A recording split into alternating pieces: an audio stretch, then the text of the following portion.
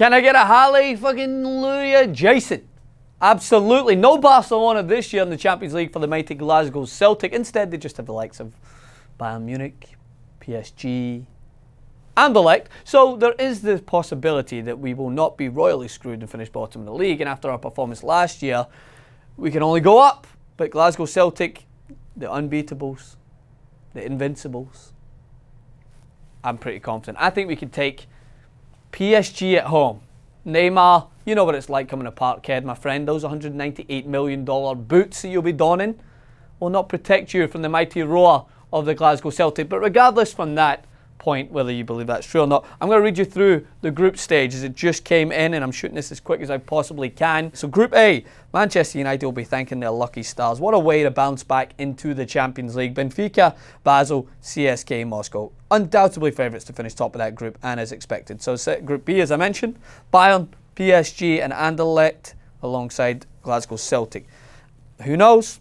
I would predict Bayern and PSG are going to be battling out for first and second, but I've seen crazier things happen, such as Leicester winning the Premier League. There's every chance for Celtic. Moving forward. Chelsea, Atletico Madrid, Roma and Qarabag. I am no doubt crucifying that name, but I don't even care. Chelsea, Atletico, Roma, most likely battling out for first, second and third.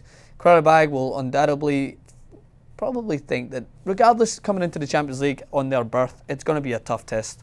So we wish them all the best. D, man, this is a group that I was positive Celtic were going to get. Juventus, Barcelona, Olympiacos and Sporting. Thank God we didn't, because Juventus and Barcelona, I mean PSG and Bayern are still tough, but I just didn't want to face the same old teams. It's good for Celtic fans now to face some different opponents, some new clubs to come and experience the petrifying atmosphere at Glasgow Celtic's home stadium. Group E, Spartak Moscow, Sevilla, Liverpool and Maribor. Another very kind draw for an English Premier League team, I think.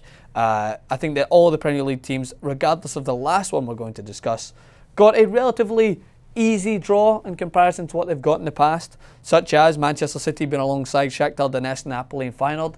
They should be favourites. They should be cruising through.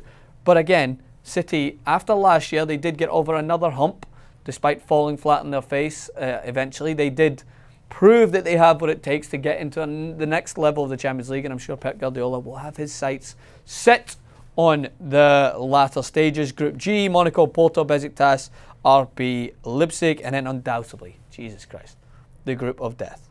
Real Madrid, Borussia Dortmund, Tottenham Hotspur alongside Apoel. Tottenham will be, what can I say? I mean, they didn't have the best showing in the Champions League a couple of years back. The performance last year in the Europa League, up and down, whatever it may be.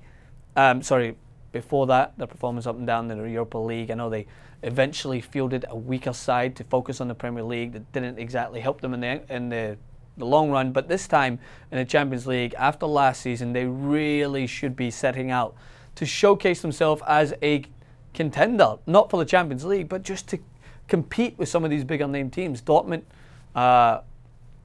going to be as strong as ever. Yeah, they're not as strong as you would expect them every year. We talked about how they lost Mats Hummels last year, but they managed to keep hold of Aubameyang at this point. But we'll see what this team will look like. They're always going to be tough to beat because of their attacking strength, and I think that Tottenham are going to be a little bit more mature this year in the Champions League. Every year you play in the Champions League, you get a little bit more experience, and you understand that every single game matters, and you can't be fallen by the wayside against smaller opponents. They'll have to take 6 points from Apoel at the very minimum to at least give themselves a shot, and Real Madrid are undoubtedly still going to be the favourites. So Jason wanted me to do an overall prediction. No chance. Don't be insane. I'm not going to do that and put myself in front of the chopping block already. Real Madrid undoubtedly probably are the favourites. Can they do a three-peat though? That's bananas, let's be honest, if they do that. My prediction at the moment is come on the Glasgow Celtic.